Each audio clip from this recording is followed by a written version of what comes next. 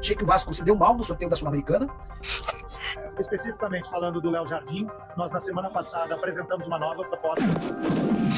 Posso falar de novo. Achei que o Vasco se deu mal no sorteio da Sul-Americana. Primeiro porque o confronto que não foi definido via sorteio contra o Independente Del Valle é uma desgraça. Muito ruim, muito ruim. Chatíssimo. Enfrentar o Del Valle é complicadíssimo. Aí, se passa pelo Del Valle, que é o tipo do time que decidiu competições sul-americanas recentemente, o Vasco ainda tem outros adversários complicadinhos. Quer ver? Eu tô pegando o chaveamento. O time de Fernando Diniz enfrentará a Altitude já nos playoffs da Sul-Americana contra o Independente Del Valle. Jogo a 2.850 metros acima do nível do mar, jogo em Quito. Caso passe de fase, o próximo adversário nas oitavas de final será o Mushukruna. Ah, Nicola, mas Mushukruna? Beleza. Esse time é equatoriano, fundado por uma comunidade indígena, joga a quase 2.800 metros acima do nível do mar, 2.754, e teve a melhor campanha da fase de grupos da Sul-Americana, tá? Ele liderou com enorme folga o grupo do Cruzeiro. Teve 16 dos 18 pontos possíveis, tá? Se passar pelo Del Valle e também pelo Mushukruna, o Vasco pega nas quartas de final o vencedor de Santo Antônio Bulu Bulu ou Once Caldas, tá? E o Huracan.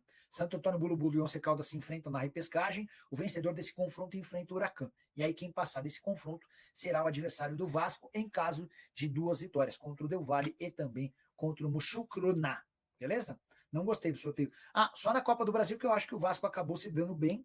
E é difícil o Vasco ter sorte, né? Em geral, o Vasco só dá azar. Mas o confronto da Copa do Brasil é contra o CSA, decidindo em São Januário. CSA que eliminou o Grêmio na última rodada, é verdade. Mas, cara, entre as possibilidades, você podia pegar Cruzeiro, Palmeiras, Corinthians, Flamengo, Fluminense, Inter, Botafogo, Red Bull Bragantino. O Vasco pegou um dos times mais acessíveis. Isso garante que vai classificar? Não. Mas pode ser uma boa. Uma nova janela. Como é que está esse planejamento do Vasco?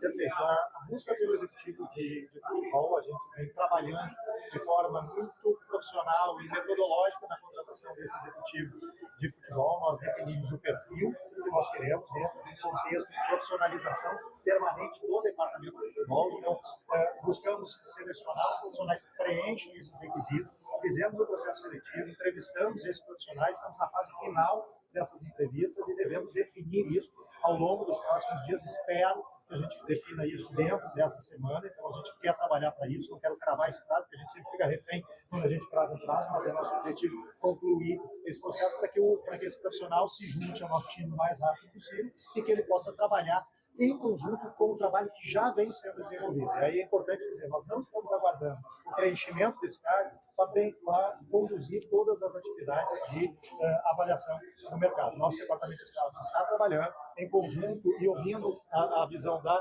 comissão técnica sobre isso, então logo esse profissional começa a trabalhar no Vasco, ele vai assumir a liderança desse processo das contratações para a próxima janela.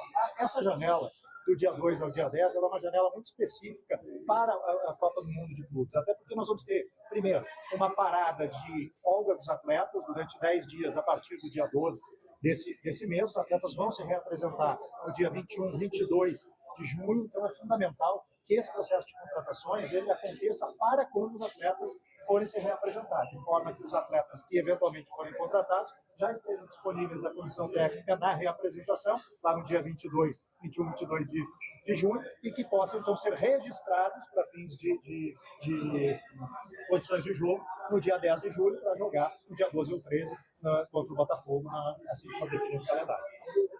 Imagina esse trabalho que você disse que já existe independente desse profissional que pode chegar.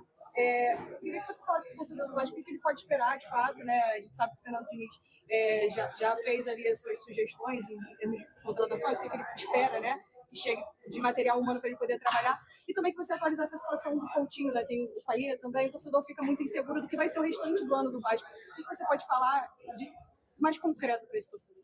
Bom, perfeito. Sobre o Payet, como eu já disse anteriormente, nós já estamos em contato com os seus representantes com o objetivo de nós negociarmos um término antecipado do contrato do Payet. O contrato dele vence no dia 31 de 7. Ele, nesse momento, está liberado, está lá na França, a pedido do próprio atleta, deverá retornar para o Brasil nos próximos dias, mas nós teremos aí 30 dias sem competições e depois mais 15 dias até vencer o contrato dele. Então, nos parece absolutamente razoável que a gente negocie com o staff do atleta um término antecipado do seu contrato, de forma acordada, de forma ajustada entre as partes, por todo o respeito que nós temos por este atleta, não só no mercado mundial, mas também pela sua passagem aqui no Vasco. Com relação ao Felipe Coutinho, é um atleta que o Fernando Diniz já disse que conta com ele, nós contamos com o atleta, o contrato dele vence no final desse mês. Existem questões que precisam ser tratadas do atleta para com o seu clube de origem, né, com o Aston Villa. A gente aguarda um direcionamento sobre isso, para que aí nós possamos aprofundar o diálogo com os representantes do jogador, de modo a estender o contrato dele e definir até por que período nós podemos estender o contrato dele. Porque para a gente definir isso, a gente precisa ter a clareza quanto à definição do que acontece com o seu clube de origem. Qual foi a tua primeira pergunta mesmo? Que eram 3 em 1? O que o Diniz pediu, né, de fato, assim, de contratação do registro? A gente já tem o trabalho conjunto que tem sido feito pela comissão técnica, com a gestão técnica, com a área de scouting, onde o perfil de atletas e as posições que a gente necessita já estão definidas. O trabalho tem sido realizado, está sendo mapeado todo o mercado para isso, né? Então nós já temos um ou outro diálogo, uma ou outra consulta sendo realizada, né? Para que a gente possa, no momento oportuno, aprofundar essas negociações e chegar, quem sabe, a conclusões positivas, reforçando o nosso elenco para a segunda parte da temporada. Agora, é importante dizer, a gente precisa ser transparente com o torcedor do Vasco, porque o clube vive esse momento processo de recuperação judicial. A gente já falou todas as circunstâncias que nos trouxeram até aqui, todos os eventos que aconteceram ali atrás, que fizeram que a gente esteja nessa situação econômica bastante sensível, né? É importante dizer, todos os nossos compromissos correntes estão sendo pagos rigorosamente em dia, então nós estamos fortalecendo o clube, mas o clube hoje não tem uma capacidade de investimento de forma que a gente possa iludir o nosso torcedor de que nós faremos investimentos de grande montante nessa janela. Nós faremos reforços, sim, dentro da nossa capacidade, da responsabilidade que a gente tem dentro do orçamento, de cumprir o orçamento e honrar os compromissos que a gente assume, né, para reforçar o nosso elenco. Mas é fundamental a gente ter essa transparência. Por óbvio, o nosso torcedor não gosta de ouvir isso, o torcedor sempre gosta de ouvir que ele pode esperar grandes contratações, mas a gente precisa ter a responsabilidade de agir com honestidade com o nosso torcedor para não criar uma falsa ilusão que depois não vai se realizar e nós vamos ser cobrados e o torcedor vai ficar frustrado também. Carlos, sobre a situação das renovações, sabe que Léo Jardim estava encaminhando a sua renovação, tem Paulinho, tem Jair, tem Puma Rodrigues, jogadores chegaram no período da 777, acabam com o contrato no final da atual temporada e a partir de hoje já pode ser um pré-contrato. Como que está essa situação com esses atletas do Vasco da Gama?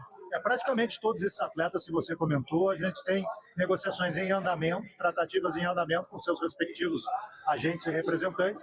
Especificamente falando do Léo Jardim, nós na semana passada apresentamos uma nova proposta para o atleta, uma proposta que a gente considera uma proposta muito boa, muito vantajosa, um prazo longo de contrato, o que demonstra a nossa confiança nesse atleta, uma valorização importante que o leva a ser um dos atletas mais bem remunerados do elenco do Vasco. A gente espera que, com base nessa última proposta que a gente apresentou, que nos próximos dias ou nas próximas semanas a gente consiga concluir essa negociação de renovação da melhor forma possível para que ele continue conosco por um bom tempo ainda. Não se esqueça de deixar o like, se inscrever no canal e ativar o sininho para não perder nenhuma novidade sobre o gigante da colina. Comente aí o que achou do vídeo e compartilhe com outros vascaínos. Saudações vascaínas e até o próximo vídeo. Tamo junto, galera!